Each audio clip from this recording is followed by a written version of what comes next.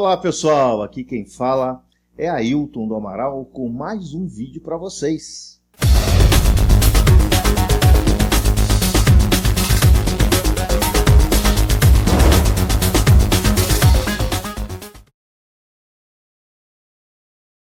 Bom, vamos começar a falar dos livros da Cabala. O primeiro livro, talvez o livro mais importante da Cabala, ele é conhecido como Sefer Yetzirah, ou Sefer HaYetzirah.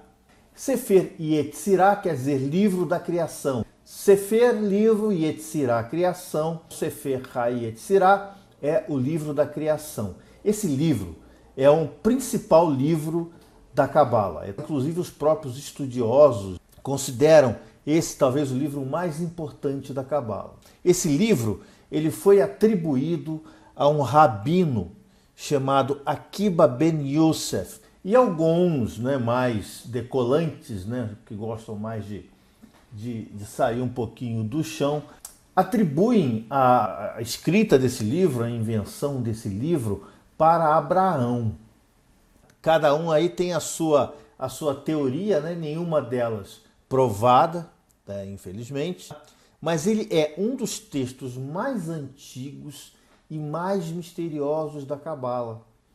É um livro muito importante, é um livro que diz muita coisa da Cabala, mas como todos os livros que a gente conhece da área aí de ocultismo, o Sefer Yetzirah é talvez o mais antigo ou um dos livros mais antigos aí da Cabala.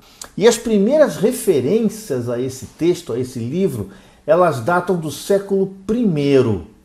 E a gente viu que comentários sobre ele foram realizados desde o século X, mas foram encontradas recentemente cópias do Sefer Yetzirah do século VI.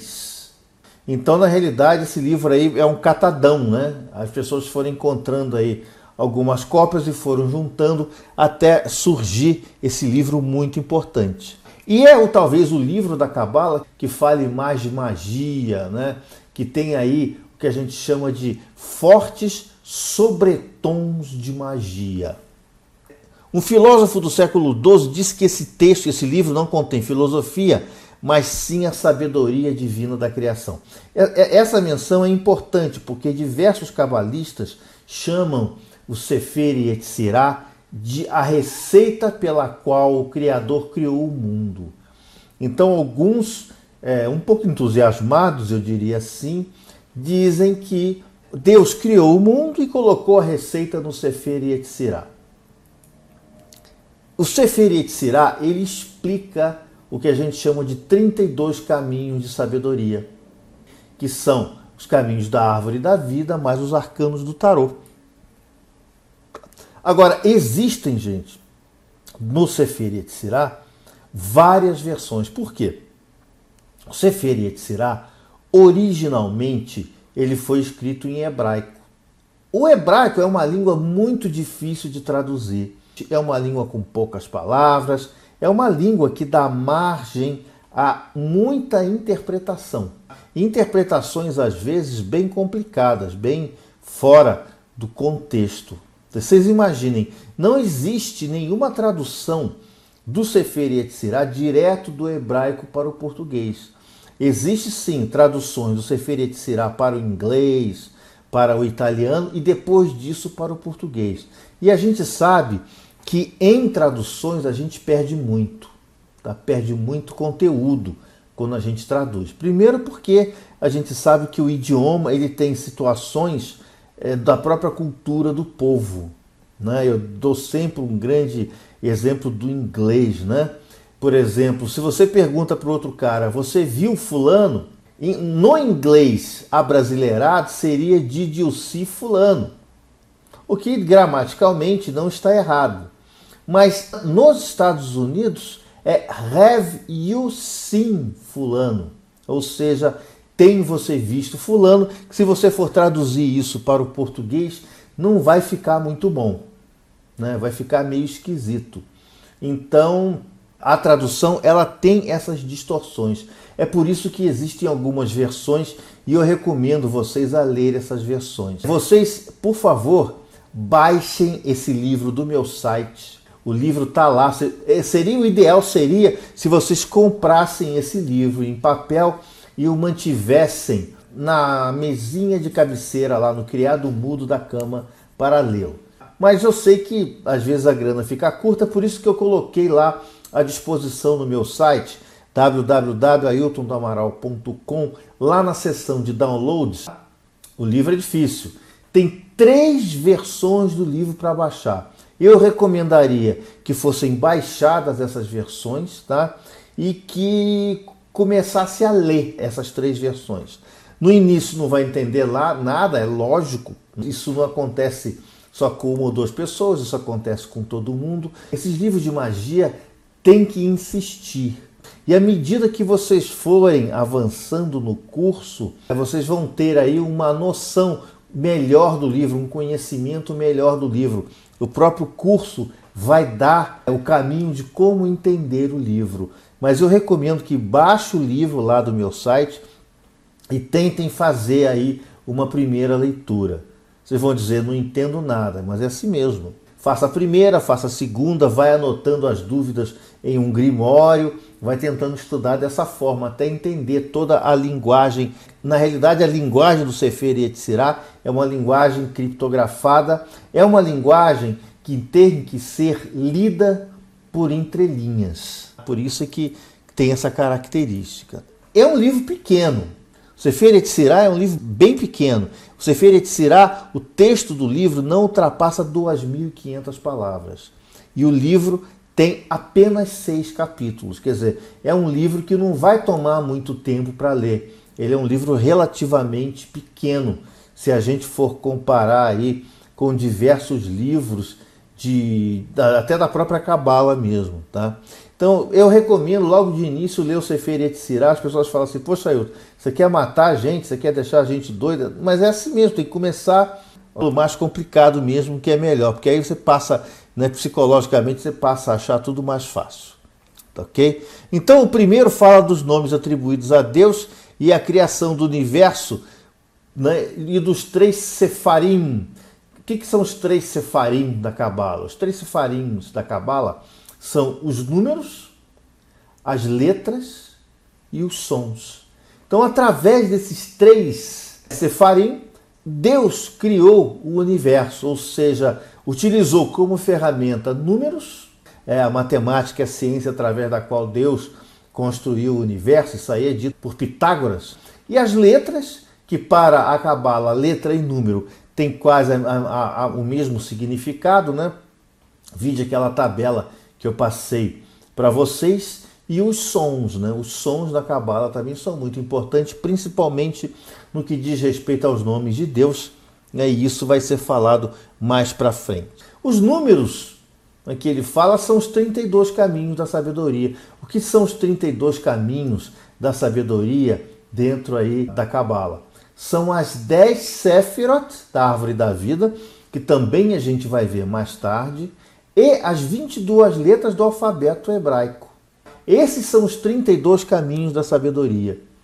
E nos demais capítulos, então, o Sefer Yetzirah fala sobre as 33 letras, as letras mãe, né, as letras de ar e as letras de fogo.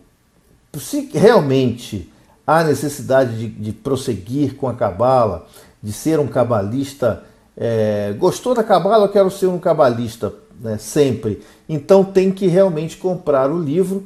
Eu acho muito melhor o livro em papel, porque o livro em papel a gente pode anotar do lado, pode passar aquele amarelinho, né, pode sublinhar, pode... Eu não sei, eu com o livro eu me entendo melhor assim, né, rabiscando, colocando um marcadorzinho, né, mas tem que ver direitinho a tradução. Vamos falar aqui do segundo livro da Cabala, o segundo livro também que eu recomendo ler. Talvez o segundo livro ele seja muito mais palatável que o primeiro, né, que é o Zohar. O Zohar é como se fosse um guia do nosso curso. Então tudo que está sendo falado com vocês do nosso curso está no Zohar.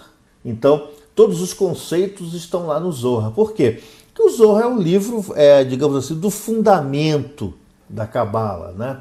O Zohar, ele chama-se Sefer HaZohar, ou Sefer Zohar, ou simplesmente Zohar. Sefer a gente sabe em hebraico que é livro, e Zohar em hebraico significa esplendor. Então, é o livro do esplendor, que é o Zohar.